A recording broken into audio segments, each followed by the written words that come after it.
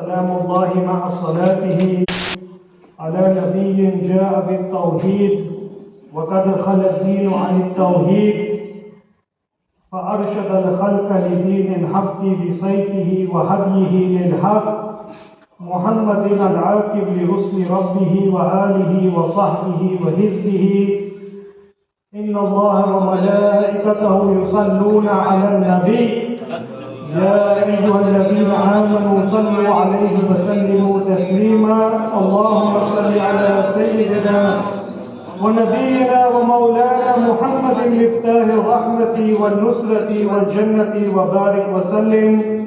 My respected brothers and honorable elders, today we have once again been blessed by Allah subhanahu wa ta'ala to attend our new monthly event, our first one of the new year. May Allah subhanahu wa ta'ala give us and our team the tawfiq to do many more monthly events.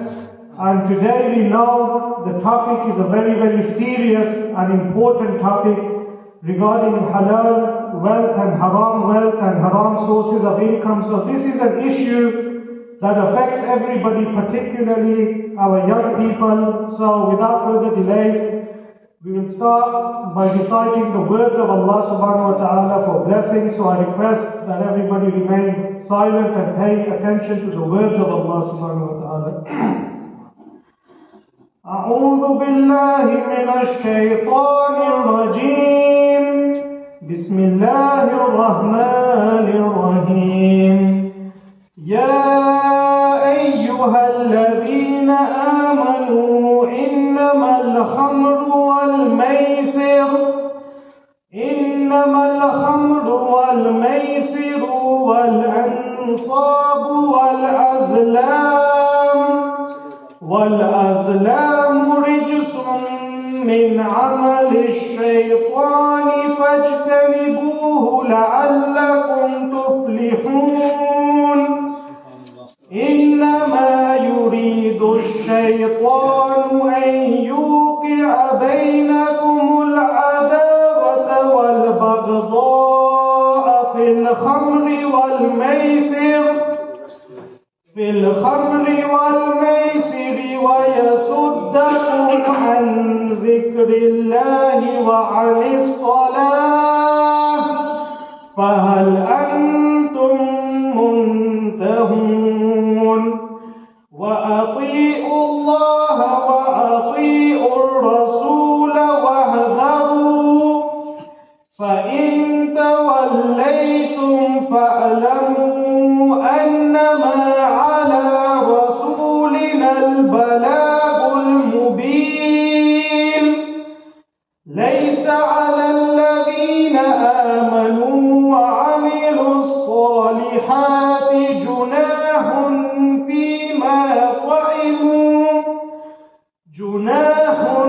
فيما طعموا إذا ما اتقوا وآمنوا وعملوا الصالحات ثم اتقوا وآمنوا ثم اتقوا وأحسنوا والله يحب المحسنين صدق الله العظيم. In these blessed verses of Surah Al-Ma'idah, chapter number 5, verse number 90 onwards, Allah Bari Ta'ala is reminding the believers that, oh, you who believe, that you are people who have brought faith, that gambling, idols and drawing lots for decisions, these are all Satan's handiwork, and alcohol as well, meaning intoxicants. So stay away from these things. Why? لَعَلَّكُمْ تُفْلِحُونَ, so that you can be successful. So the one who refrains from these bad activities, Allah Bari Ta'ala reminds us in the Quran that those are the people who are successful. And the plan of Shaitan is to stir up hostility and hatred between you with intoxicants and gambling, and to prevent you from remembering Allah subhanahu wa ta'ala and praying. And then Allah says, فَهَلْ أَنْتُمْ مُنْتَهُونَ, will you not then abstain? So this is Allah subhanahu wa ta'ala speaking in very powerful language that I'm telling you that these things are forbidden. And if you want true success, how do we define success? How much does Bill Gates earn? And we check Elon Musk's monthly income. And we check all of these celebrities and we think, if I do that, that's my success. But Allah Ta'ala is reminding the believers that you stay away from these things, and me as God myself, I'm telling you, you're successful. And then Allah Ta'ala says, وَأَطِيعُوا اللَّهَ وَأَطِيعُوا الرَّسُولَ وَاحْذَرُوا. That obey Allah and obey the messenger, and beware, take caution. But if you turn away, then know that our messenger's duty is only to deliver the message clearly. Meaning my Habib alayhi salam, his job sallallahu alayhi wa sallam is to just warn you. Now, you, for example, without any tashbih or misal, comparing officers to the messenger of Allah alayhi salatu wa salam, when a police officer gives you a warning, that look, sunshine, I see you doing this again. It's not a warning or a ticket. You're going straight in that cell and you're going to get a sentence. Only a foolish individual will go and do the same thing again. So Allah is reminding us that I give you chances. My messenger is there to warn you. But now if you don't pay attention to that warning, then you wait for your punishment. And then Allah tells us in the Quran that there is no blame on those who believe and do good for what they have consumed before the prohibition, as long as they fear Allah, have faith and do what is good. Then they believe, and what does Allah say? ثُمَّ اتَّقَوْا وَأَحْسَنُوا. And they become mindful of Allah subhanahu wa ta'ala. They act virtuously and do righteous deeds. وَاللَّهُ يُحِبُّ الْمُحْسِنِينَ. For Allah loves the good doers. So before I introduce our honored Imam Sahib, if you have friends, and me and Qibla Imam Sahib and Qibla Shaykh Sahib as well, we're all from Birmingham and all of these ends. And I have friends in Brixton, all these places. And I'll be honest, brothers, yeah, many of those people that talk and have all of these tattoos and make rap songs, that I did this in prison, they all try when they go to prison, and they're not really about that life. And many brothers, if you just because you have a blunt, or you sit on Friday night and bounce your head to, I don't know, Dr. Dre, that doesn't make you a real G or a gangster or anything like that. It makes you a stupid person. What does Allah say? Wallahu yuhibbul muhsinin. So my advice is, before I call up Imam Sahib to speak about the many ways of halal and haram wealth, is make friends with those that help you become the people who are muhsinin. Good people. That person on your deathbed, you can count that person is my true friend, that he will never leave my side and he reminds me of Allah subhanahu wa ta'ala. Not that Joey that when you get in a bit of a position like a snake, he runs away. And the dunya is full of those people. So without any further delay, I would like to call our honored Imam Sahib up to deliver their talk regarding halal and haram wealth. And I request all of you as our honored brothers and our viewers at home that pay special attention to what Qibla Imam Sahib is saying. And inshallah we'll have a question and answer afterwards. وآخر دعوانا الحمد لله رب العالمين. And I request all brothers at the back that please, brothers, while we're hearing the name of Allah subhanahu wa ta'ala, that we sit properly, please. And if you can please come forward so that you can pay more attention. The closer you are, the more blessings Allah subhanahu wa ta'ala will give you, inshallah. Nare takbir, nare risalat, nare hadri, ulamaya and sunnah. You come here.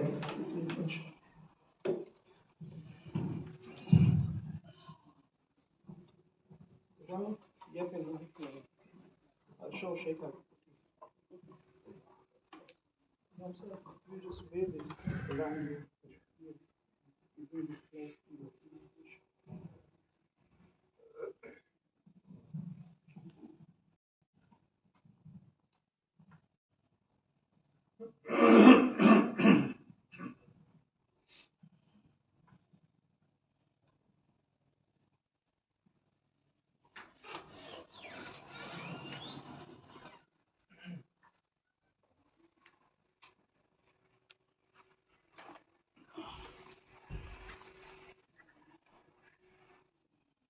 الحمد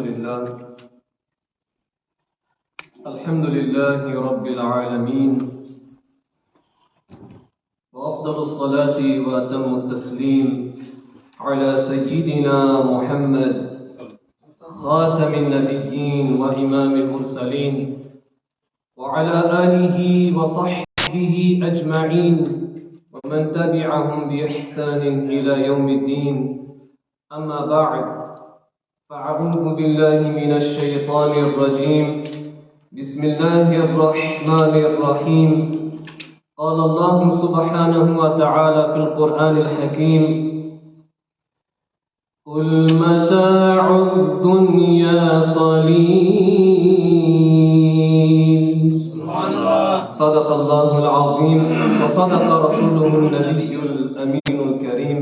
اللهم صل وسلم وبارك على سيدنا محمد وأنزله المقعد المقرب عندك يوم القيامة. السلام عليكم ورحمة الله تعالى وبركاته. وعليكم السلام ورحمة الله وبركاته. My habit is always to commence with praise of Allah subhanahu wa ta'ala and a na'at in praise of the Messenger of Allah sallallahu alayhi wa sallam. But before I commence, can I request everybody to come forward and sit together? There's more barakah like this. Boys, come forward, please. Fill in the gaps. Fill in the gaps. If you feel comfortable sitting against the wall, Bismillah. Make yourself comfortable. And join in with me. Sallallahu alayka ya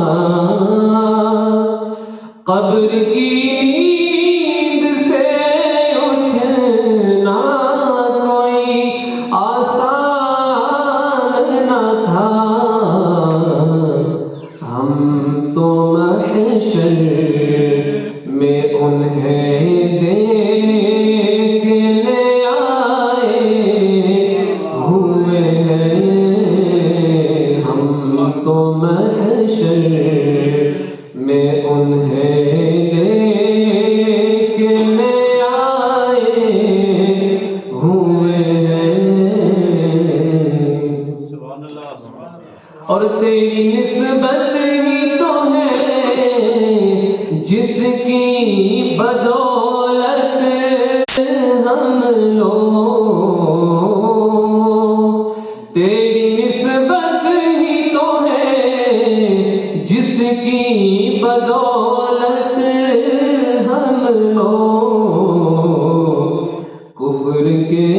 دور میں ایمان بچائے ہوئے ہیں، کفر کے دور میں ایمان بچائے ہوئے ہیں،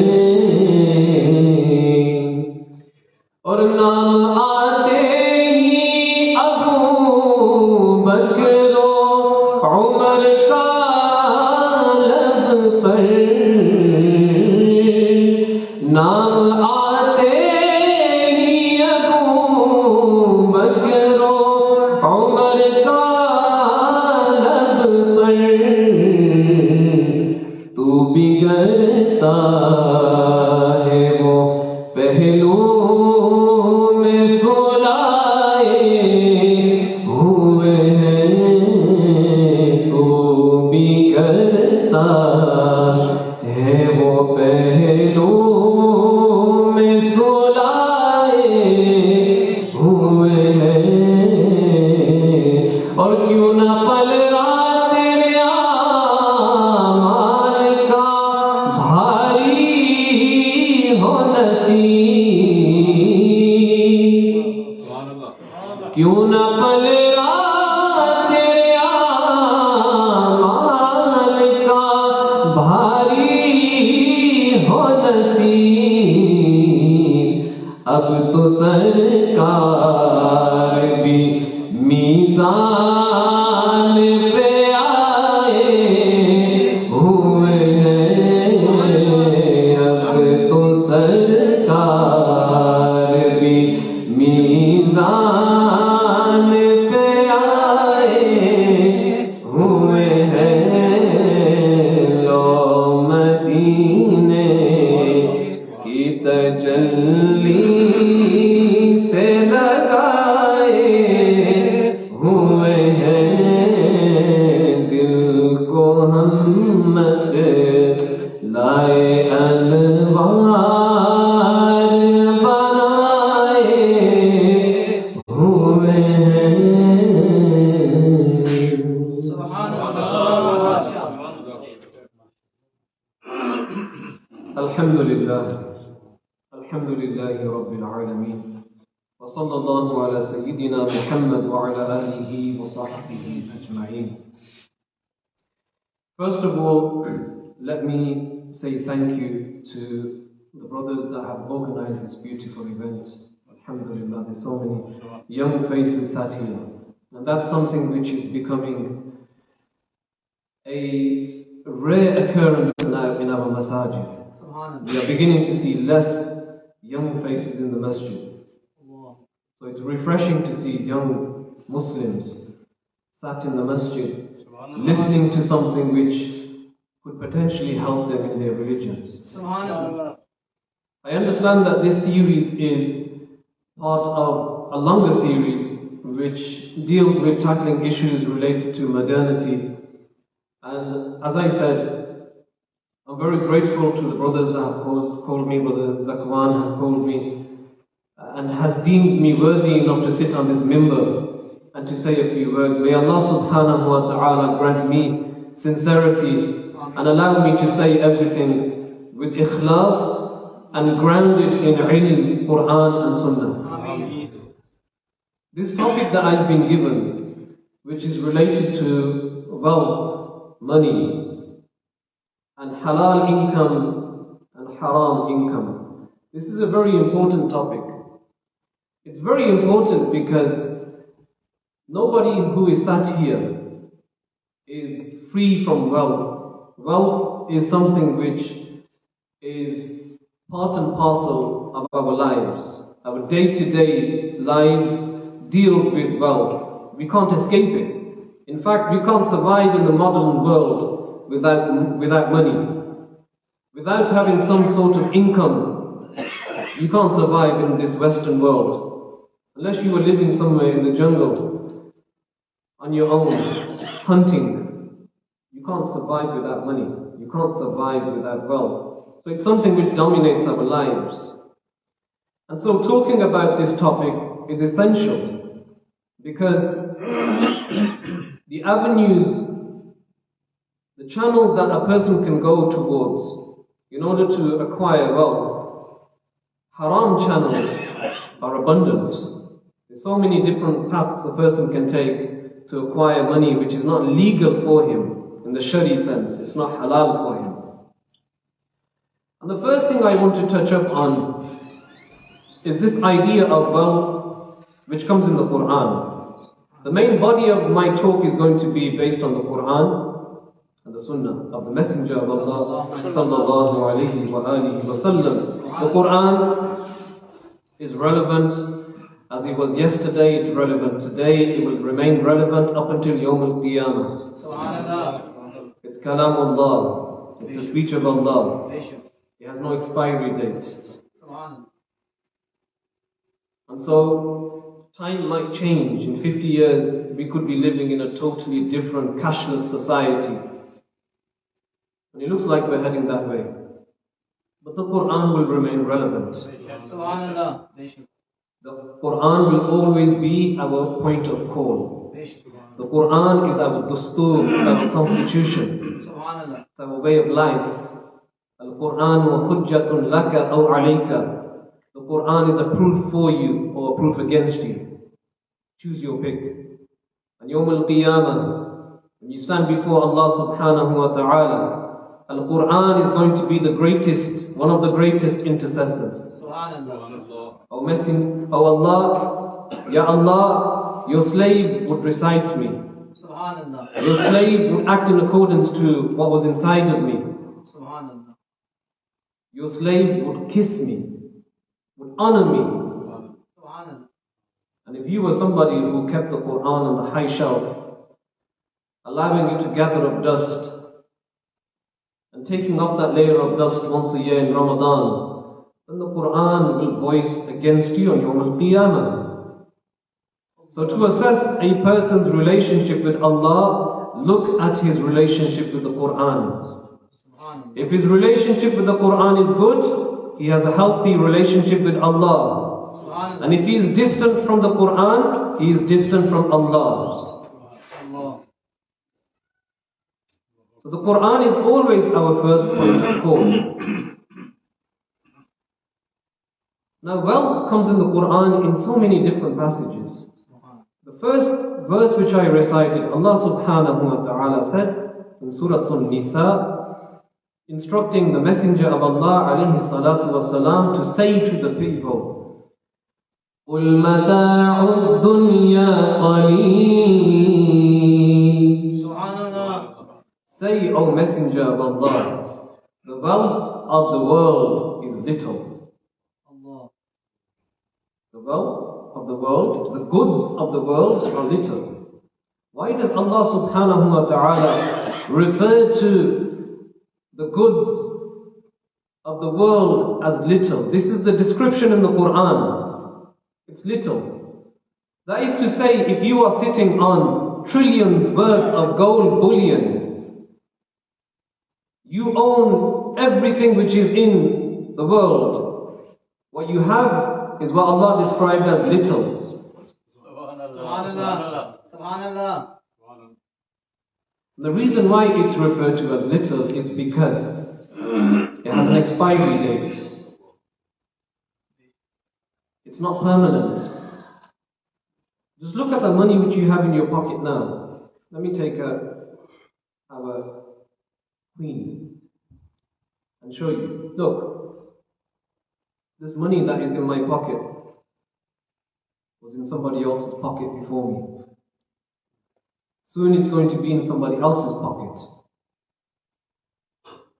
In between, it will have passed from till to till, from bank to bank. This is the nature of money. It passes from one hand to another. It's worthless. In the grand scheme of things, this is worthless. This is what Allah refers to as qaleel, little. This is what we are dying for. This is what dominates our lives. This is why we get up at 6 o'clock in the morning and start this rat race with everybody else. Who can acquire the most money? who can acquire the most abundant source of income. And at the end of the month, we sit there licking our fingers and counting how much we've accumulated. And this practice is actually condemned in the Quran. People who gather money, keep it for themselves, don't give sadaqah, don't give charity. الذي جمع ماله وعدده. Subhanallah. The one who gathers money and he counts it. يحسب أن ماله أخلده. He thinks his wealth is going to make him immortal. He thinks his wealth is going to make him live forever. No. When was the last time you heard of a person who entered his grave and he took all of his money with him? Nobody.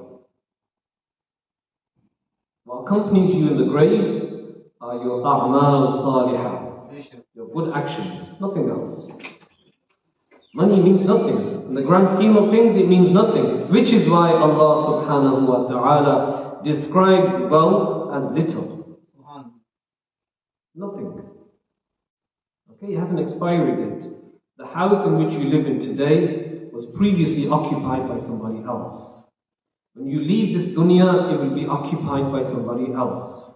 When they leave the dunya, it will be occupied by somebody else. And this cycle will continue.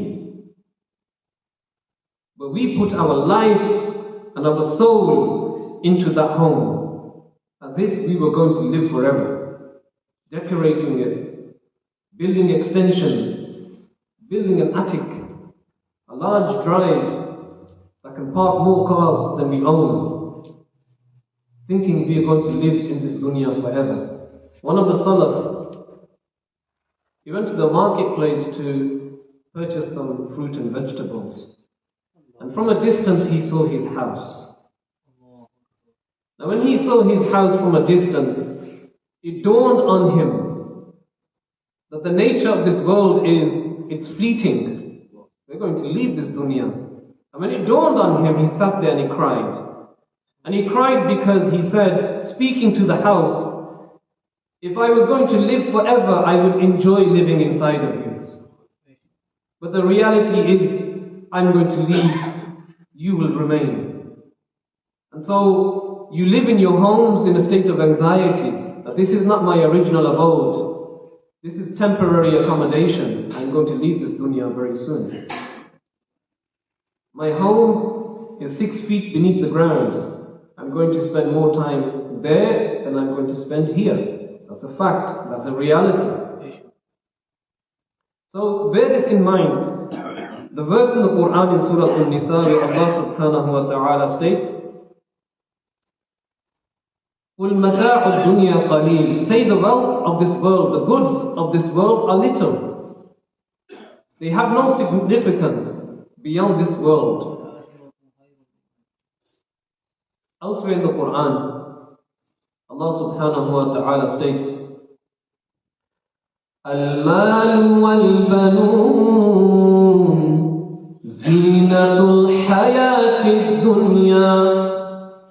Wealth and children are the adornment of this material world. Look, with money you can achieve many things. Many doors open up for you. You can travel places, you can buy things. That's true. This is why it's described as the adornment of this world. You can enjoy things. You can live a life of luxury. You can buy all these creature comforts. Children are the backbone of their mother and father.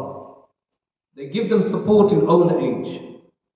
They do for them what they can't do for themselves anymore. This is why Allah says, Al-Malu wal-Banoon, wealth and children, Zinatul Hayati Dunya. They are the adornment of this material realm. That's true. But wealth, like I said, is fleeting. It's not going to last. You use it for a cause. And Allah subhanahu wa ta'ala describes the believers as those people, those mu'minun. The description that they are given, they are those people who spend what we have given them. Subhanallah. who spend what we have given them. In the very opening verses in Surah Al-Baqarah, they spend what Allah subhanahu wa ta'ala has given them. There was so much to say on this topic, so I had to condense quite a lot of things.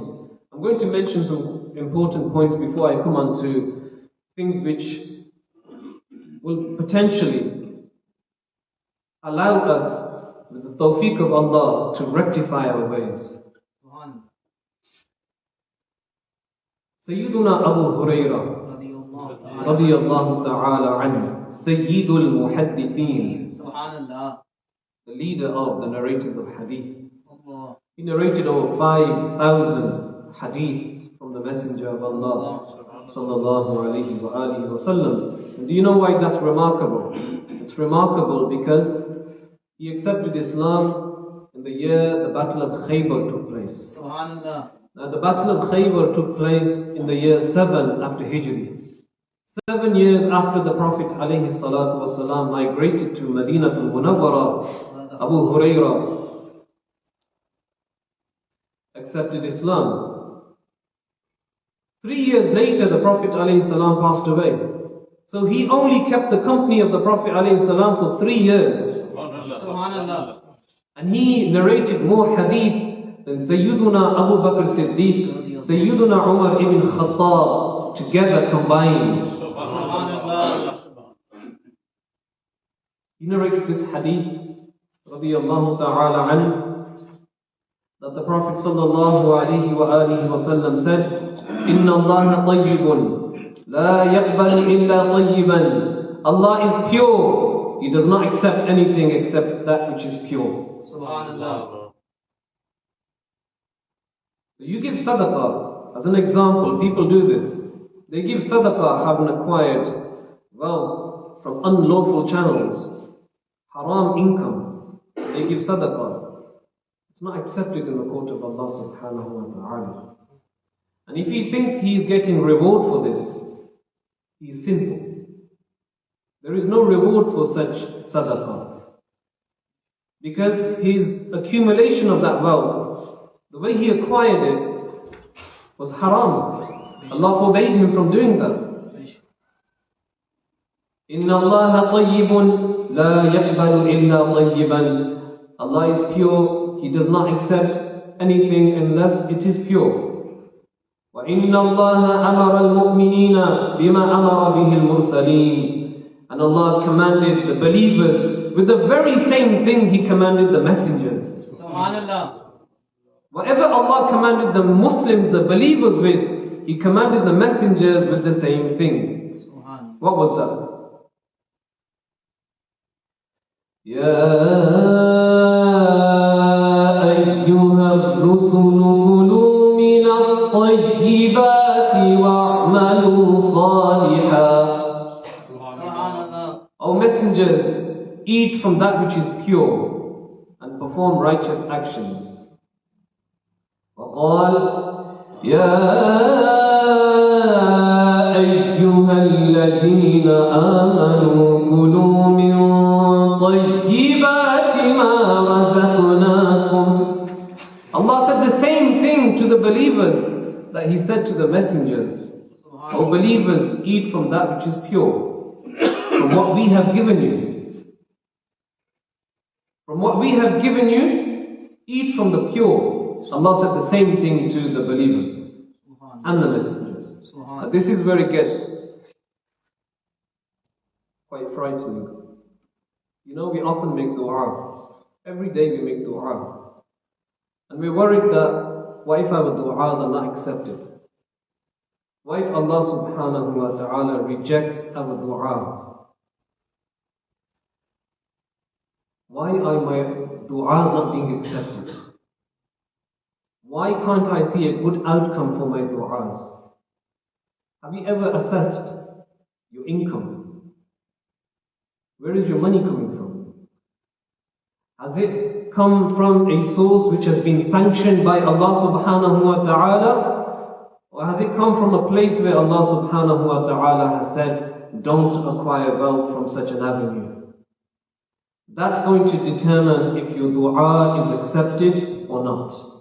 Because what stems from haram wealth is food which is unlawful, drink which is unlawful, clothing which is unlawful. Everything about you is unlawful. The blood that comes into your body from the food and drink that you have been taking, that blood is even unlawful for you now.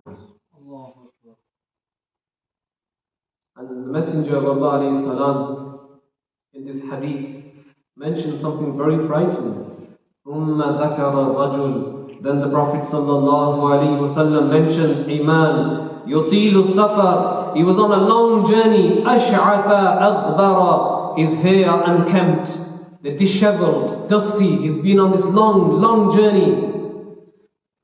يَمُدُّ يَدَيْهِ إِلَى السَّمَاءِ. He raises his hands towards the heavens. Ya Rabbi, Ya Rabbi, begging Allah, oh my Lord, pleading with Allah. But you know what the reality of his situation was? وَمَطْعَمُهُ حَرَامٌ. His food was haram. وَمَشَرَبُهُ حَرَامٌ. His drink was haram. وَمَلْبَسُهُ حَرَامٌ. His clothing was haram. وَغُذِيَ بِالْحَرَامِ. He was nourished with haram. أَنَّ يُسْتَجَابُ لَهُ. How is his dua going to be accepted? He's been consuming haram, drinking haram. The income which he acquired was haram, so the clothing on his back are also haram. Everything to do with his nourishment is haram. How does he think his dua is going to be accepted? And the Sahaba would give this advice as well. If you wish for your dua to be accepted in the court of Allah, eat which is halal. Eat that which is halal. Drink that which is halal. You have to be very cautious about what you eat and what you drink. That's going to determine whether your dua is accepted in the court of Allah or thrown back in your face. I had an encounter not too long ago with a Muslim shopkeeper, and this Muslim shopkeeper, amongst other things, was selling alcohol. And it was a family-run business, so his predecessors, his father, his brothers, they had also been stocking alcohol and selling alcohol. And when I had a cursory look around the shop, I noticed that there were no customers in the shop. So I thought this is a perfect time for me to say to him, brother, don't sell alcohol. This is an obligation upon us, by the way. Al-amru bil-ma'ruf wal-nahyu anil munkar. Commanding good, forbidding evil. This is our identity. Allah subhanahu wa ta'ala states in the Quran al-Kareem, كنتم خير أمة أخرجت للناس تأمرون بالمعروف وتنهون عن المنكر وتؤمنون بالله. You are the best ummah to have come forth from humanity. This ummah, our ummah, the ummah of the Messenger of Allah, Sayyiduna Muhammad sallallahu alayhi wa sallam, we are the best ummah. By stipulation of the Quran, we are the best ummah. Every nation that came before, we are the best. But you know why we are the best? Because Allah says, you command good and you prohibit evil. And you believe in Allah. That's your identity. But the moment you relinquish, you stop commanding good and you stop forbidding evil, that's when you become the lowest of the low. You see haram taking place in front of your face, in your house, on your television screens. And you are in a position to say this needs to stop, but you don't take the necessary action that's required. You don't fit that description anymore. So we are the best nation because we command good and we forbid and prohibit evil. So I said to this shopkeeper, you should not sell alcohol. And it caught him off guard. He wasn't expecting it. He knew I was the Imam at the masjid. And the response was, it's something which is a family-run business, and therefore we have to continue. Not in so many words. And I could see that my message is not going to get across to him. But that's okay. Because وَمَا عَلَيْنَا إِلَّا الْبَلَاغُ. As far as we are concerned, the obligation upon us is simply to convey the message. Whether somebody acts according to it, that's his decision. And he's going to be held accountable for it on Yawm al-Qiyamah. But as for you, you've done your job. And so, as far as I was concerned, I planted the seed. That was sufficient. Now, I want to mention something. And it's to do with wealth. Allah subhanahu wa ta'ala in Surah Al-Fajr, Allah explains the nature of man, how we are as human beings, what our temperament is. And when Allah gives us something, He gives us an abundance of it. We acknowledge it. Alhamdulillah. But then, when we are not given, and there's some restriction in our provision, we begin to blame Allah subhanahu wa ta'ala. Why is this happening to me? What did I do to deserve this? Why is there such lack of barakah in my wealth? This is why eventually leads people to acquire wealth which is haram. Because it's easy money as far as they are concerned. Allah subhanahu wa ta'ala states in Al-Quran Al-Kareem, فَأَمَّا الْإِنسَانُ إِذَا مَبْتَلَاهُ رَبُّهُ فَأَكْرَمَهُ وَنَعَّمَهُ فَيَقُولُ رَبِّي أَكْرَمَنِ. As for the human being, when his Lord gives him, what does he say? My Lord has honored me. My Lord has been generous to me. وَأَمَّا إِذَا مَبْتَلَاهُ فَقَدَرَ عَلَيْهِ رِزْقَهُ فَيَقُولُ رَبِّي أَهَانَنِ. But when Allah restricts His provision, He blames Allah. He says, my Lord has disgraced me. Now Allah subhanahu wa ta'ala explains why our provision is restricted. Why is our provision restricted? Allah mentions countless examples. Allah subhanahu wa ta'ala tells us that orphans that required help, not once did you reach out to help them. You had money, you had wealth, you could have changed that poor child's destiny through the will of Allah subhanahu wa ta'ala with your income, but you chose not to. But the biggest reason why wealth has destroyed not just Muslims, the reason why it's destroyed people that have preceded us, people like Shaddad, people like Haman, people like Fir'aun. Why did it destroy them? Allah subhanahu wa ta'ala states, وَتُحِبُّونَ الْمَالَ حُبًّا جَمًّا. You love money, and you love money excessively.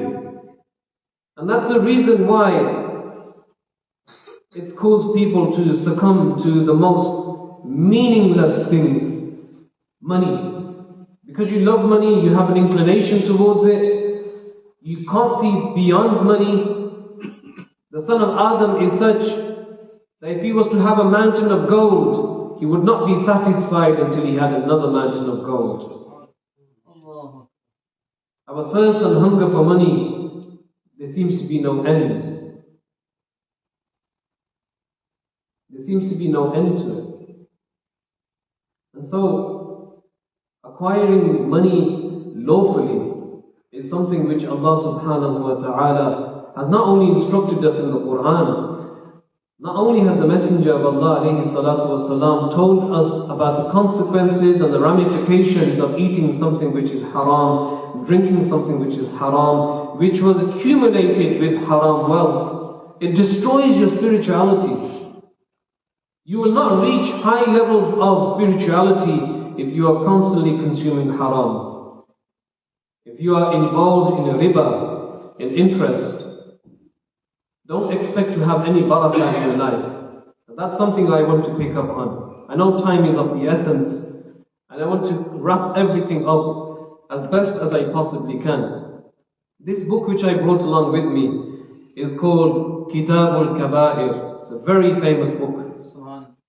Kitab al-Kaba'ir is written by Imam Shamsuddin al-Dhahabi, rahimahullah ta'ala. Now, this book highlights 70 major sins. 70 major sins. And what's remarkable is 6 of those sins are related to money. 6 of the 70 sins are related to money. What do you think the first one is? Very obvious one.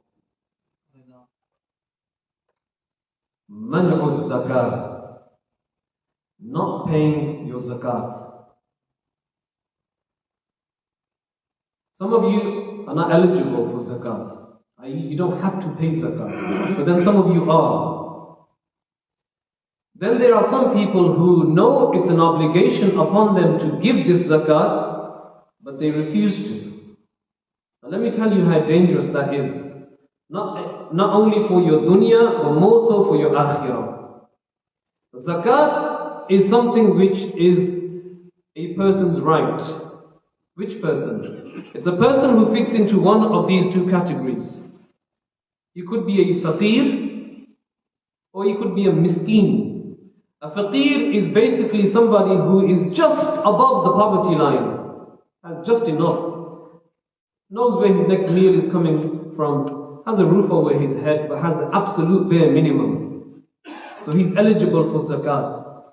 The miskin is somebody who is completely impoverished, doesn't have a roof over his head, doesn't have food, doesn't know where his next meal is coming from, barely has the clothes on his back. A faqir and a miskin, these two categories of people are eligible for zakat.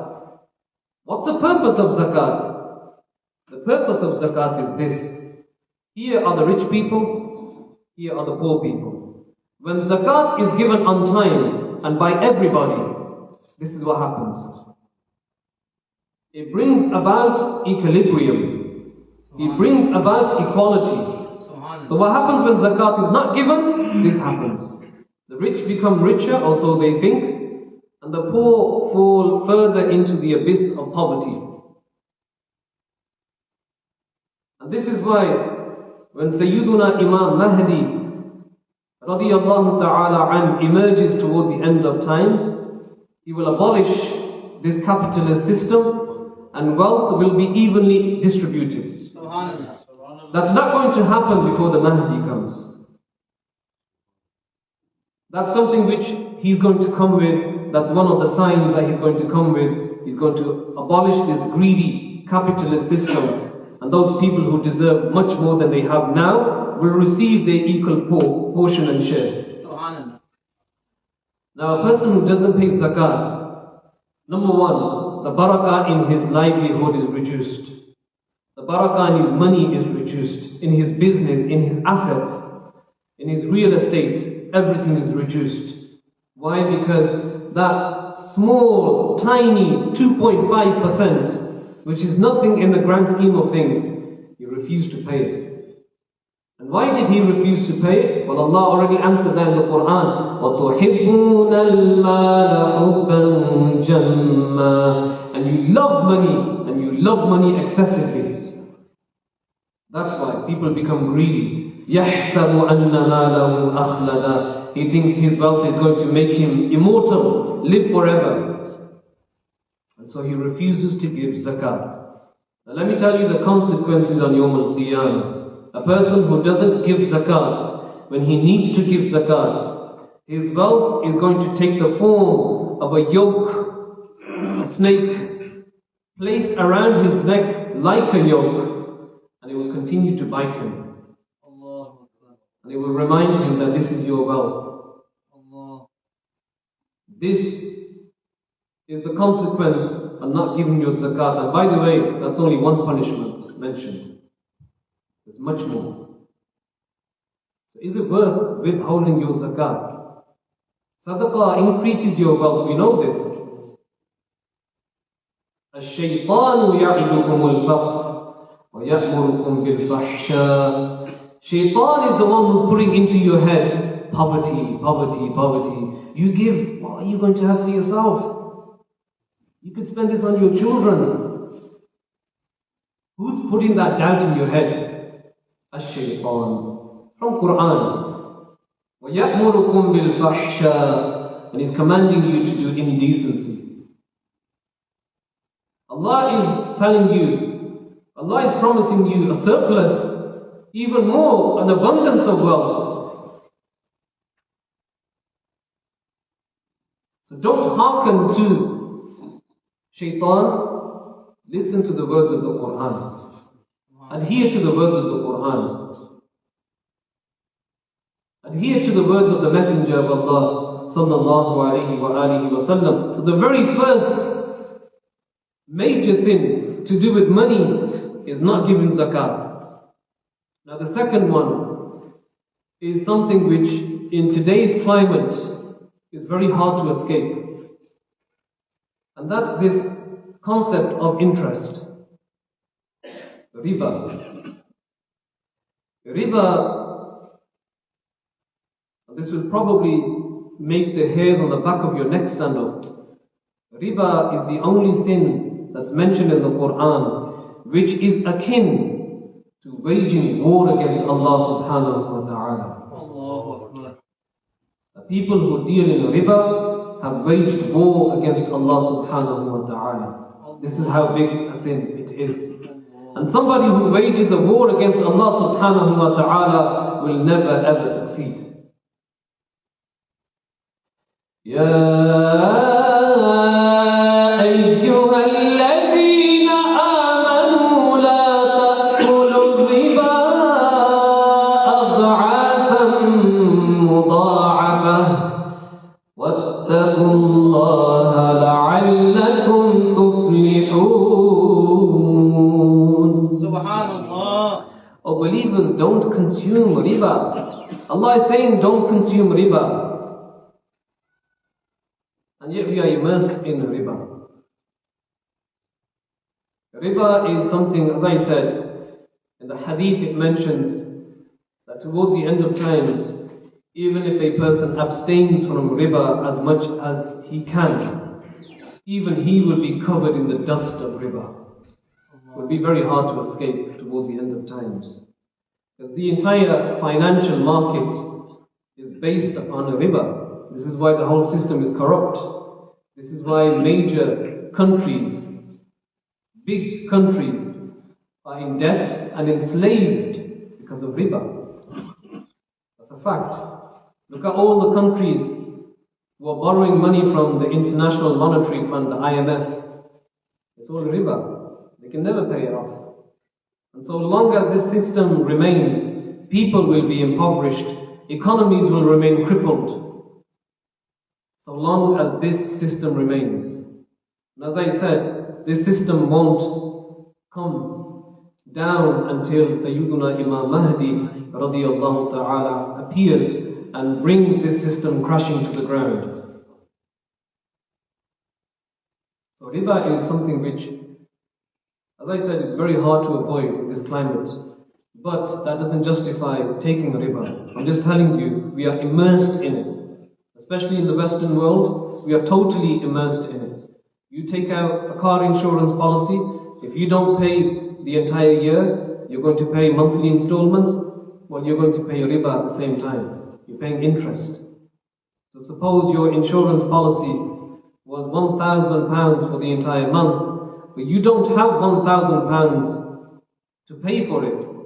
You decide to pay in installments. Well, it's £1,200 a year now.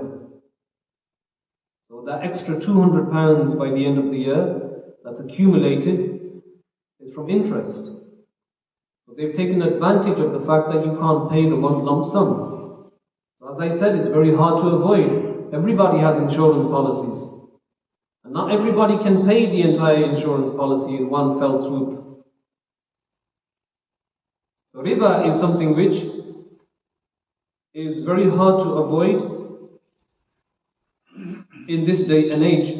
The next sin related to money and wealth, which Allah subhanahu wa ta'ala has made haram, and which is one of the 70 major sins, is taking rishwa. Rishwa is a bribe. To take a bribe is normally to do with money. It's to sway your mind. Give us your opinion. Make your opinion like our opinion, even though it's wrong. Support us, and here, take this money. That's a rishwa. The person who gives the rishwa, the person who takes the rishwa, and the person who conducts such a gathering, the la'an of Allah is on all three of them. The curse of Allah is on all three of them. The one who gives, the one who takes, and the one who conducts such a gathering, Allah's curse is upon all of them. Okay, because a rishwa is an indecency. A rishwa is unjust. A rishwa is immoral. A rishwa is unethical. So this is the third sin related to money, which is mentioned in Kitab al-Kabair of Imam al-Dhahabi rahimahullah ta'ala. The next one which he mentions is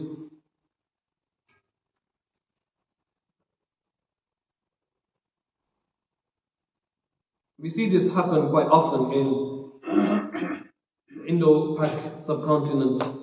You go to buy some food, you go to buy some salt, some dates, wherever you go to purchase, and they place it on the scales to assess how much you have to pay. But the shopkeeper places a small weight on there too.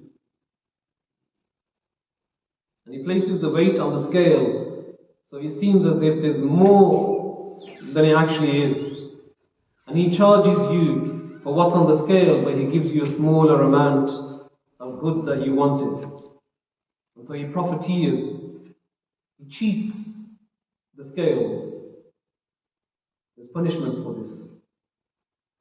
Again, this is to do with wealth, this is to do with money, this is to do with greed. Why does he do this? You'll find that the answer is always the same verse in Surah Al-Fajr, وَتُحِبُّونَ الْمَالَ حُبًّا جَمًّا. You love money, and you love money excessively. That's what it boils down to in the end. Greed. It boils down to money. Thinking that we are going to live in this world, in this fleeting world, forever and ever, and we don't have any accountability whatsoever.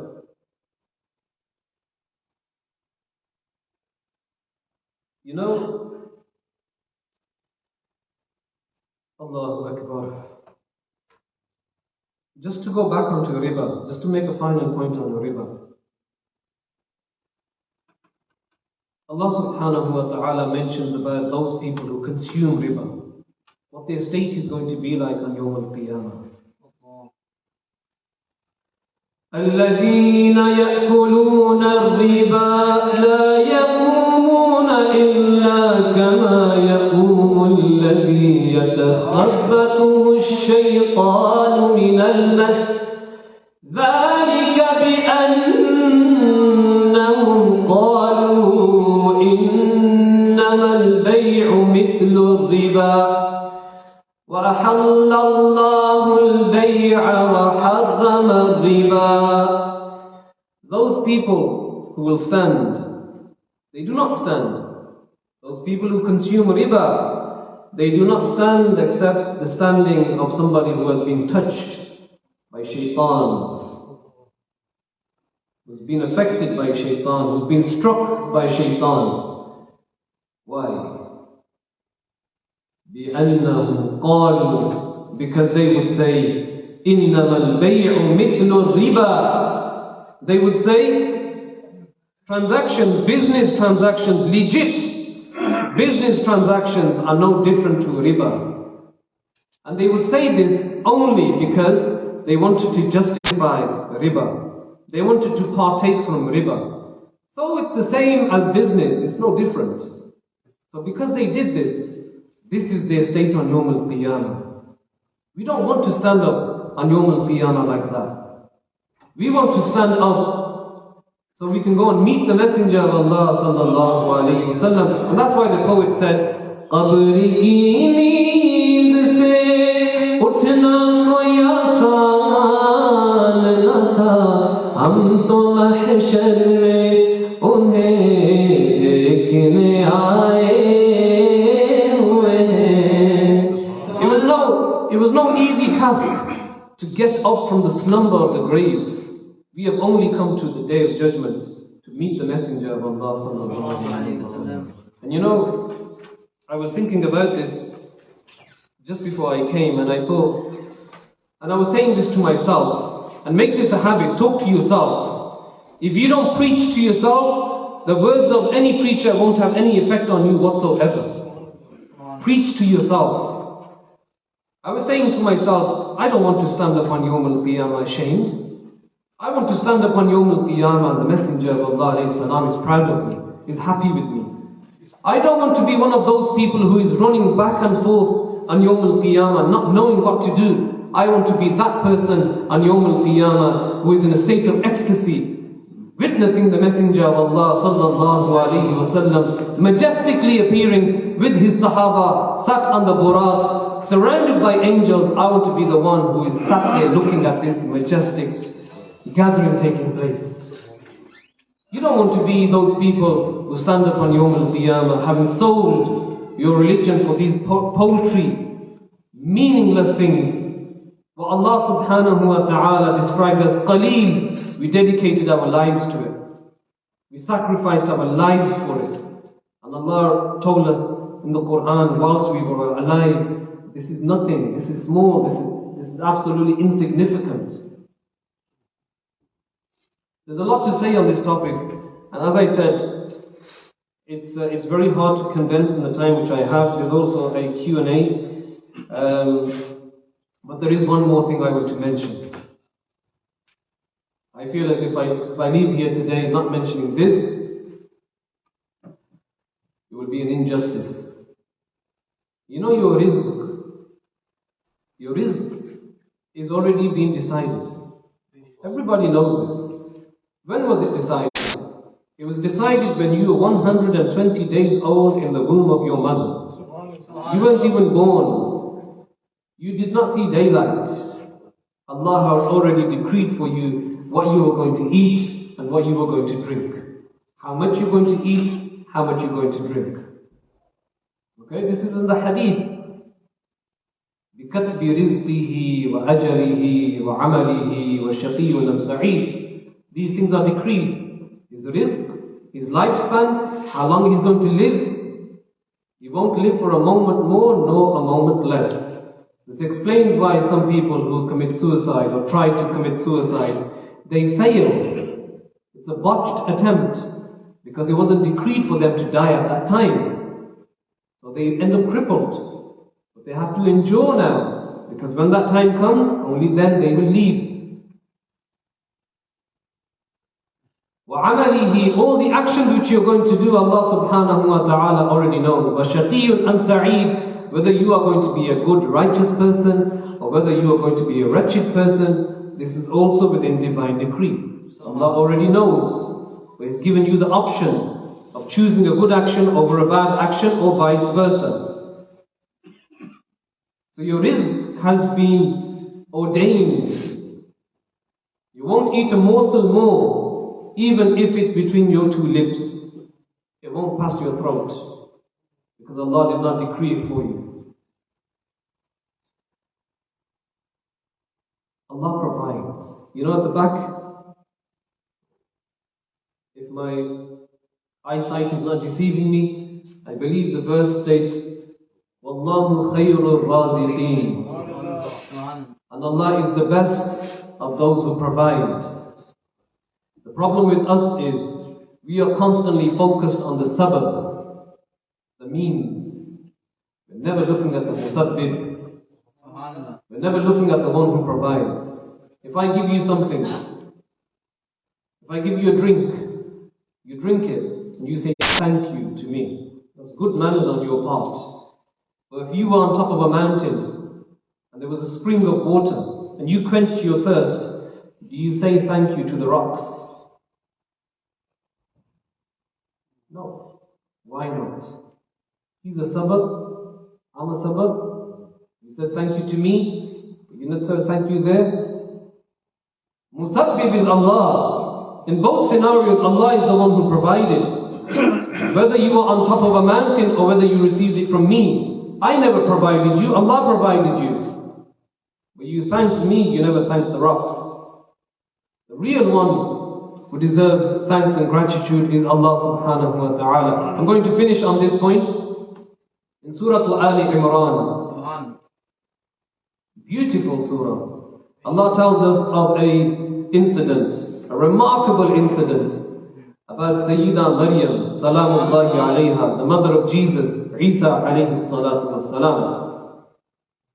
She dedicated her life in the service of Allah. Day and night she worshipped. And Sayyiduna Zakaria alayhi salam was her kafil. He would look after her. He would take care of her. وَكَفَّلَهَا زَكَرِيَّا Zakaria took care of her. كُلَّمَا دَخَلَ عَلَيْهَا زَكَرِيَّا الْمِحْرَابِ One day he enters the mihrab where she used to pray. وَجَدَ عِنْدَهَا رِزْقًا He found there fruit. Now what was remarkable about this fruit was it was out of season. You go to Pakistan in the winter, don't expect to eat ripe mangoes. It's a summer fruit. So some fruits come into season, come into the world fresh and ripe at the appropriate time. Seasonal fruits. Zakaria alayhi salam entered the mihrab and he was taken back because he saw fruit which was out of season. وَجَدَ عِنْدَهَا رِزْقًا قَالَ يَا مَرْيَمُ أَنَّى لَكِ هَذَا He said, Oh Maryam, where has this come from? What did she say? قَالَتْ هُوَ مِنْ عِنْدِ اللَّهِ إِنَّ اللَّهَ يَرْزُقُ مَنْ يَشَاءُ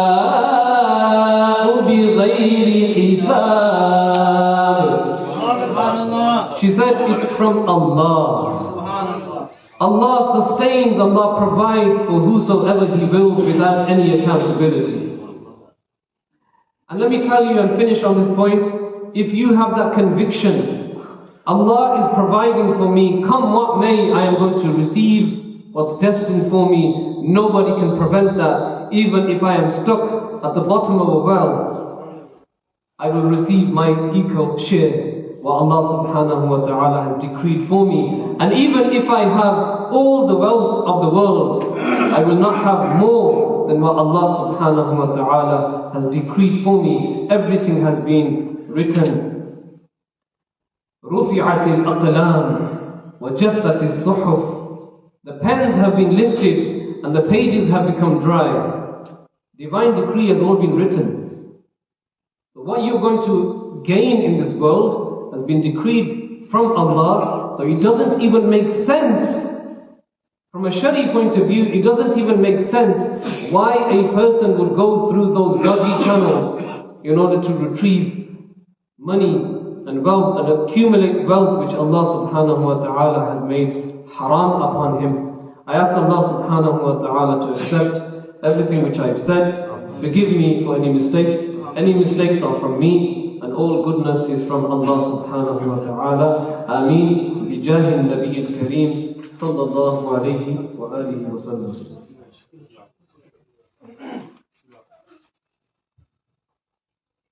We'd like to thank our honored Shaykh, mashallah, for the very insightful speech. And now, I feel like Chris Haram, who wants to be a millionaire. It's question time, question and answer time. So, without any further delay, because we're running a bit short on time, we'll start, Shaykh, if it's okay with the first question. Bismillahir Rahmanir Rahim. Shaykh, some brothers have asked, what are the rulings on work pensions and medical and life insurance? If you can give us your insight. Bismillah ar-Rahman ar-Rahim. Let me first start with a disclaimer. I am no expert in this field. Finance is perhaps the trickiest of all subjects. And because it's always fluctuating, everything is changing, and there's always new things to kind of address, you have to be on the ball with this topic. And for an imam in my position, I don't have the luxury of doing that. I have other commitments. I'm not evading the question, by the way, I'm just telling you. Always take what I say, and I'm telling you to take it with a pinch of salt. Go and ratify it with somebody else, somebody learned. Work pensions depends. Some work pensions are part of the contract, so you can't escape from it.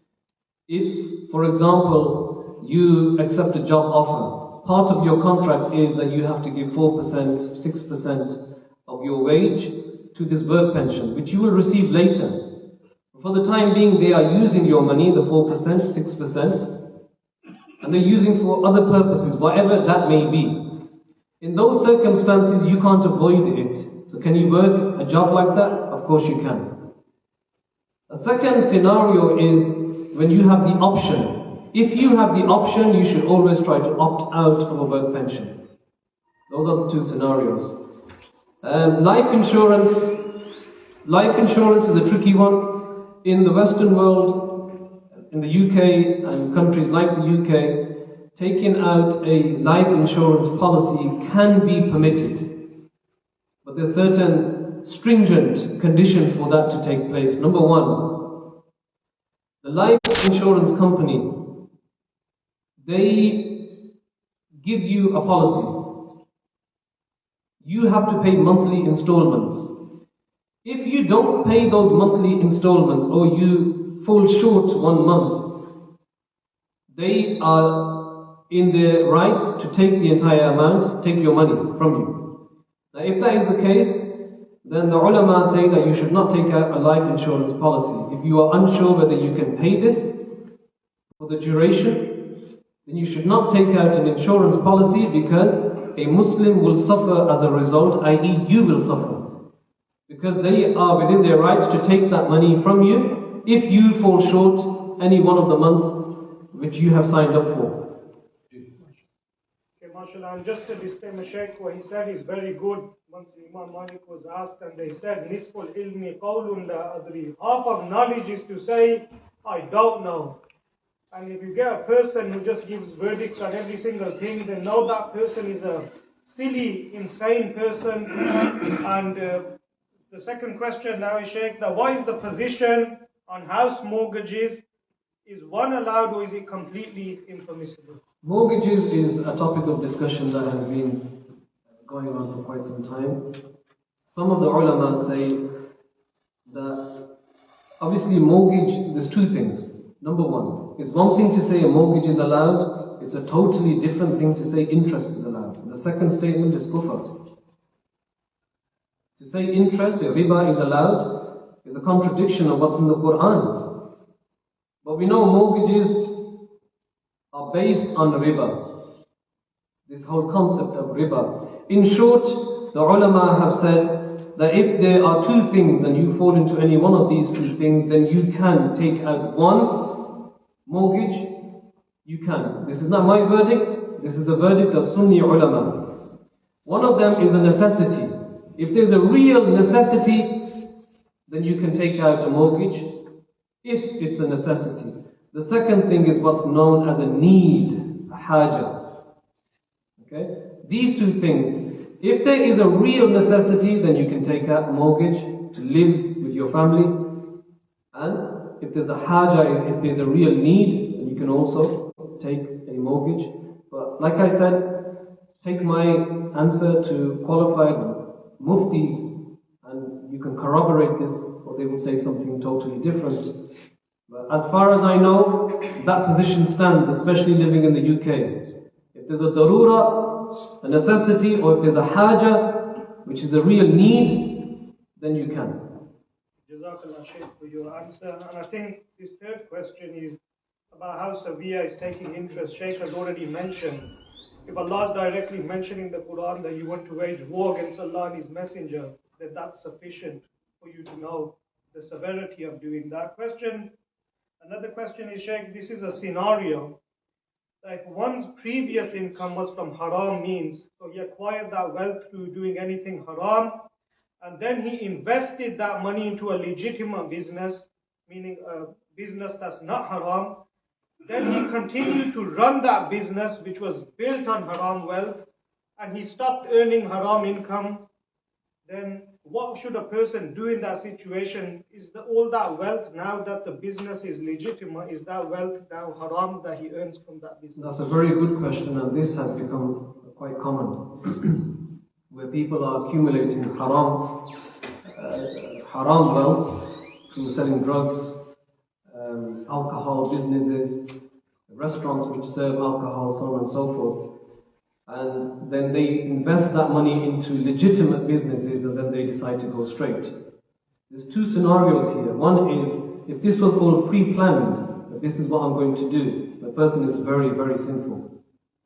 I'm going to accumulate a large amount of wealth. It's very similar to people who say, I'm not going to pray now, but when I get to 50, I'm going to pray.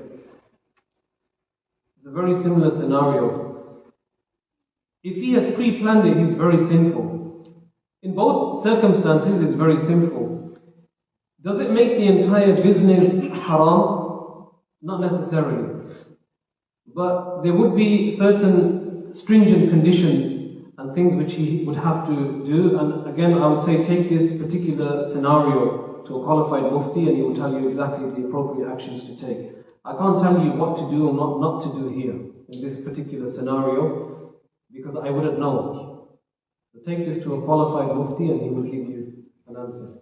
That is a very tricky question, and at the same time, just on that point, I seen a house by a River brother who he had a restaurant which was very, very successful that sold alcohol inside that restaurant. But when he became Muslim and people told him your restaurant is successful because you have a good wine selection.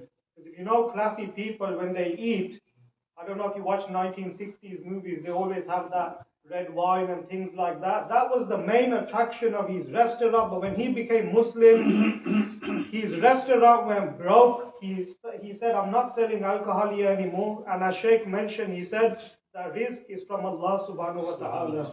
So even though his business went under, he opened a new restaurant in halal means that Allah granted him more. This is a real life example of a brother. So may Allah give us tawfiq. Shaykh, the next question is, does working in an industry which deals in and facilitates riba make your salary haram? No, it doesn't. It doesn't, provided that you are not directly involved in such transactions. So for instance, if there's a contract which has to be signed, has to do with riba, entirely based on riba, you have nothing to do with that, but it's part of your industry. You are separate from this. There's no harm in you continuing to work in such an industry. Shaykh spoke the truth, because many times we can't avoid these things. And Allah doesn't burden a soul. لا يكلف الله نفسا إلا وسعها. Allah doesn't burden a soul with more than He can bear. So Jazakallah for your answer, Shaykh. Now this is a question I think that affects all over the Asian community. Does illegally evading tax make your income haram, Shaykh? And please, no kole marju, so we can all get happy. I think you're giving the Asians a bit too much credit here. I think there's a lot more people who are actually, on a bigger scale, evade tax. Asians don't have offshore accounts and evade millions in tax. They do it on a very small level. But that doesn't make it okay. Does it make your income haram? No. It does not make your income haram. It's unethical, but it doesn't make your income haram. Shaykh, Jazakallah khair. Shaykh, what is the difference between conventional mortgages and Islamic home finance products? As far as I know, it's just a play on words.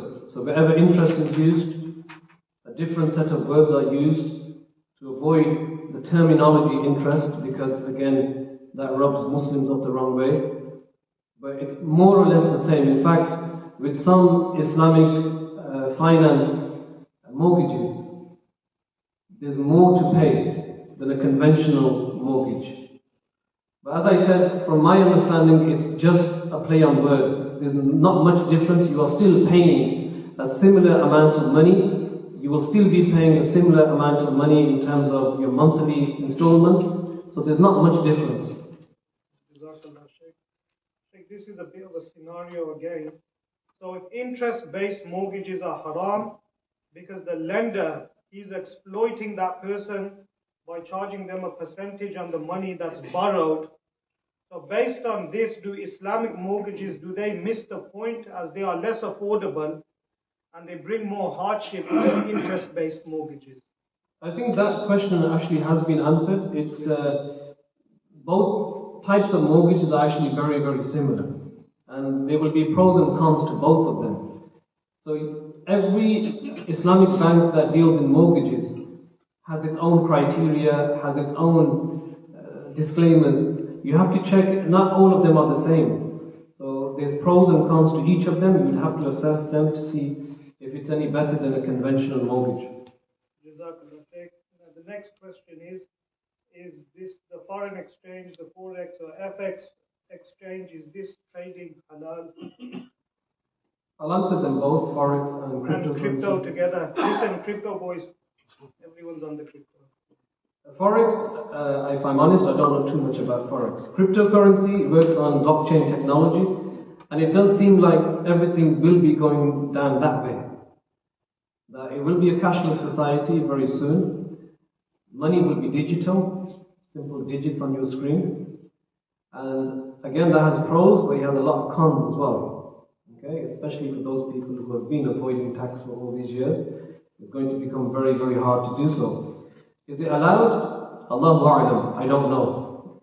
In fact, this is one of those sectors which many ulama have actually abstained from giving an answer, simply because they don't understand how blockchain technology actually works.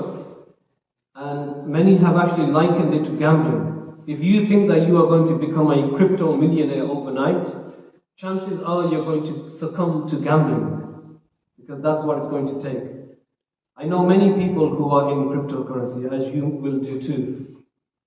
There are many people who are smart about it, know exactly where to make an investment. But there's others who think that this is a get-rich-quick scheme. That's not how it works. I know people who have lost. I know people who have remortgaged their homes, their family homes, and have lost 60,000, 70,000 because they judged the market or misjudged the market. So unless you know what you're doing, and even if you do know what you're doing, I would say get a response from somebody who's in the financial sector, a Muslim who's in the financial sector, who understands the whole concept of riba, who understands the concept of money, how it works, and get a real answer as to whether I'm allowed to take cryptocurrency, I'm allowed to invest in cryptocurrency. There's a lot of stuff that can go wrong with cryptocurrencies. If you don't have a ledger, for instance, if you don't store your crypto coins on a ledger and you leave it on the system, then chances are, as has happened in the past couple of years, people have hacked into accounts and taken all the money, and they're left with nothing. There's a lot of things which you have to take into account. The one thing I will say is, one of the universals of Islam, the purposes of the Sharia, is preservation of wealth. Okay? There's 5 universals of Islam. One of them is preservation of wealth. You have to protect your money. You have to protect the wealth of Muslims. And if you are squandering your money away on cryptocurrencies, not understanding how it actually works, but going by other people who are not professionals, taking their opinions on board, and squandering your money, you have nobody to blame but yourself. So cryptocurrency is in a dark, grey area at the moment. There's very few ulama who have actually said it's permissible and you can use it. Jazakallah Shaykh for your answer. Like Shaykh said, until we know more exactly how all of this works, it's difficult to give verdicts because you're taking away a third party, and is the money an actual asset? That is it tangible? So it's very, very difficult. So like Shaykh said, the sensible thing to do is, if you're a person who knows about these things, then go to a person who's a specialist in Islamic finance and see their opinion. And like you said, it's better if you see fire somewhere, you're not going to go around the fire, you look for the different routes. So right now it's in a stage of you're playing with fire. And you play with fire, like Shaykh said, many people, eventually you'll get burnt. Shaykh, another question is, if someone is selling alcohol in their shop or restaurant or business, is it permissible that we can buy from that shop or eat inside? It's better not to. You should not go to such a shop or a restaurant, especially a restaurant, because the difference between alcohol that is sold in the shops and alcohol in the restaurants is, in the restaurants they open it and serve it. Whereas in the shops, it's concealed. People buy it and they open it out. In both scenarios, you should not purchase from such people, simply because you should make a point of the fact that selling alcohol for a Muslim is haram. And maybe that would be a deterrent for them, and they would learn. So especially restaurants, but also shops. Don't go and eat in places where you know alcohol is being served. It's a bad look on you as well. Imagine stepping out of a restaurant that serves alcohol and is renowned for serving alcohol, and you have come out with your hat and your beard, and somebody sees you coming out. What impression do you think that gives? A very bad impression. So no, both places should be boycotted. Jazakallah Shaykh for your answer. Just two more questions left, inshallah. Shaykh, so under declaring your income to avoid paying tax, to claim benefits, does that make the rest of your income haram? It doesn't, no. It doesn't contaminate the rest of your wealth. It doesn't make it haram. And Shaykh, a follow-on from that is, it doesn't make it haram, so there's no point in following it up. Okay. What if a job involves transporting customers to haram places? Is that permissible? So I think this is mainly from our taxi boys and uncles. On Friday, Saturday night, we have to drop people different destinations. How do we get around that? There is actually a fatwa on this. It's permissible. The reason why it's permissible is because you are simply transporting people from one destination to another. Okay? They are paying you. If you did it on a voluntary basis, as a favor, that's a totally different ballgame. If you are a taxi driver, as an example, and I'm not saying this to appease any taxi drivers here, I will say it how it is. But the fatwa is, because you are transporting a person from one place to another and they are paying you, there's benefit in it for you, they are going to go to that place regardless. If it's not in your taxi cab, it's in somebody else's taxi cab. What they do inside of that building is none of your concern. If they listen to music, drink alcohol, eventually fall into zina, that's of no concern to you. You were doing your job, you received your income, then khalas, it's perfectly fine. Jazakallah Shaykh. Shaykh, you passed, I think the million should be given now. All the questions are. Just to end, we'd like to say Jazakallah to our honored Shaykh from coming all the way from Birmingham and giving us a beautiful lecture. So we pray, may Allah subhanahu wa ta'ala bless him fid darain, inshallah, ameen. And just a few announcements is we have the Shaykh selling his book, the charity publication of Shaykh Kamran. The one is that going to be downstairs? Just over here. Yeah, of course, the Shaykh would just like to highlight it. So this work I actually started in 2006. I finished in 2016. It's not a lengthy work. I actually moved from Birmingham. I've actually travelled from Doncaster, which is further out. I moved to Doncaster in 2019, and I've been there since. And I serve as the Imam and the head of the education there. But when I was in Birmingham, I was teaching the Dars al-Nizami program, and one of the books that we were teaching was the 40 Hadith of Imam Nawawi. Subhanallah. And this book, which is on sale today, are 2 Hadith from the Arba'een that are related to non-monetary forms of charity. Not everybody can give charity; they don't have the means to do so. But does that mean they can't take a reward for charity because they don't have money? That's not the case. And the Prophet ﷺ in one hadith mentioned that every tasbih which you say is sadaqah. Subhanallah. Every takbir which you say is sadaqah. Subhanallah. Every tahmeed, alhamdulillah, is sadaqah. Subhanallah. So gave the Sahaba these different methods whereby they could also attain the reward of charity without parting with their wealth because they never had any. So this topic is a very beautiful topic, especially leading up to Ramadan, where we are supposed to increase our recitation and adhkar. So I encourage all brothers to take a copy and benefit from it. May Allah subhanahu wa ta'ala accept it. Jazakallah for your kind reminder, Shaykh. And just to carry on from that, we're heading towards Ramadan. If you look on the board, there's an Islamic courses presentation that our honored brother Zakwan has prepared.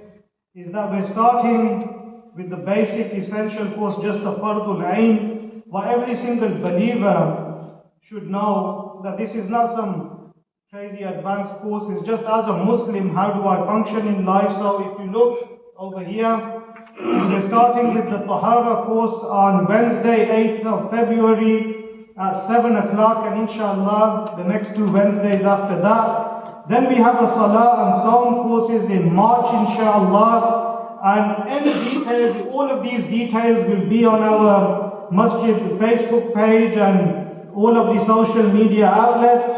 The posters will be on social media at the Masjid, the notice board soon, inshallah. And all the information will be sent to the dedicated WhatsApp groups.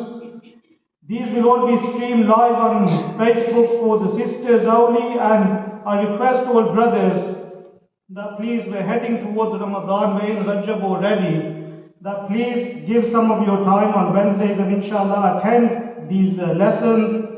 And we have also started working on courses for Aqidah and Tajweed. So our honored brothers are working very hard, and it's important that if our community, we know the one thing that we struggle with the most is knowledge. Lack of knowledge. So inshallah, if our masjid is providing these courses, we pray that all of you honored brothers can attend.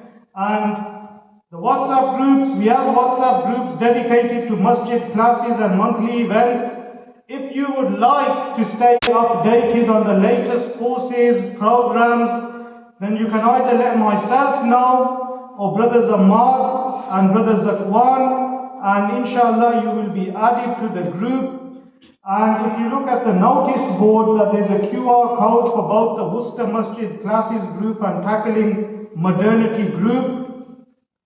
Feedback, if you have any feedback on the monthly programs or the courses, it's most welcome. And if there are any specific courses or topics that you are really interested in, that please let myself know, or Brothers Ahmad and Brothers Zakwan. And finally, my honored brothers, is volunteering.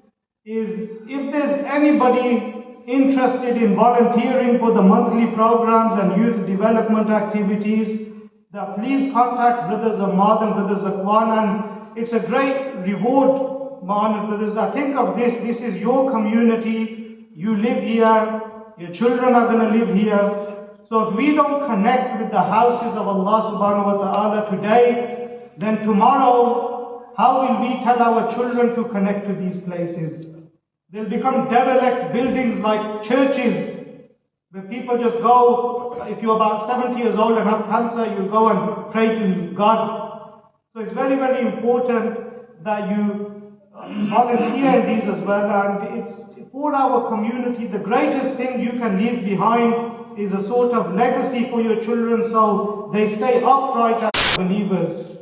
And the last message I want to give is Shaykh obviously gave a very beautiful speech. His brother Asjad will have a party to collect the money for our English monthly programs and for the education and youth development activities at Taqwa Institute and Unity House, Community Hub. So I request all of you as our honored brothers we know we're living in hard times, and these events of ilm and knowledge, it's very hard first of all to organize them, and secondly did we not all benefit from today's talk, brothers? Yes or no? Yes. Yes. And we know the Prophet ﷺ mentioned to us that I've been sent here as a muallim, as a teacher. So to call these honored teachers who come here and teach us is a great honor first of all for us as believers, for our masjid. So I request all of us, and as I always say, if we can spend Friday, Saturday night ordering £50 from restaurants, food, half of it goes in the bin, and we can't donate £2 or £5 to the house of Allah subhanahu wa ta'ala and for these events, then what use is there for acquiring all of this wealth? So I request all of our honored brothers, uncles, and anybody who wants to donate, that if you donate, your wealth hasn't gone to waste. Rather, this is one of those things that could be a sabab of increasing your wealth and acceptance with Allah subhanahu wa ta'ala. And Jim, This youth program, do you have a separate account? does he have a separate account? No, so your details, they're all going to be on Worcester's Facebook page, Taqwa Institute Facebook page. Your Instagram page, Joanna, is going to be on there, and inshallah on the notice board as well, inshallah. So all brothers, please share these courses and recommend them to your family and friends as well. And just to end, as Shaykh speaking about halal and haram wealth, the summary of this is the Prophet ﷺ mentioned to us with the closest meaning in a narration that the one who makes the dunya his akbar ham, the one whose greatest concern is this dunya, as Qibla Shaykh Sahab mentioned, that I need this much wealth and I need this, and you spend your whole lifetime doing this. The Prophet ﷺ mentioned وَجَعَلَ فَقْرَهُ بَيْنَ عَيْنَيْهِ, that person will witness poverty between his eyes. Because no amount of wealth will be enough wealth, no amount of women or whatever, cars and houses will be enough. So this hedonistic lifestyle, it will destroy you in the end. And then the Prophet ﷺ taught us and mentioned that whoever makes the akhirah his akbar ham, whoever's greatest concern is the afterlife, that this world will come to you and it will come to you like a riding animal. Subhanallah. That when you walk, you will be a real king. So we pray that may Allah subhanahu wa ta'ala save us from the fitan of haram wealth, and all of our sins may Allah subhanahu wa ta'ala forgive them. And the books will be here of Qibla Shaykh Sahab for £5. So like I said, if we can spend £5, I don't know, if you go Mother Hubbard's or something, where it's probably like £7.50 for fish and chips, extortion. You can buy this book for £5, and I think the first 5 brothers will have it for free. So please, after Salatul Isha, go to Brother Zakwan and inshallah get those books of him. Inshallah they will be of much benefit. And now we will have Salatul Isha is at 7 o'clock. So if any brothers need to perform wudu or things like that, I request all brothers that please make your wudu and come back. We'll have the azan and we'll have Salatul Isha. Jazakallah wa akhiru da'wana and alhamdulillahi rabbil alameen bi rahmatika ya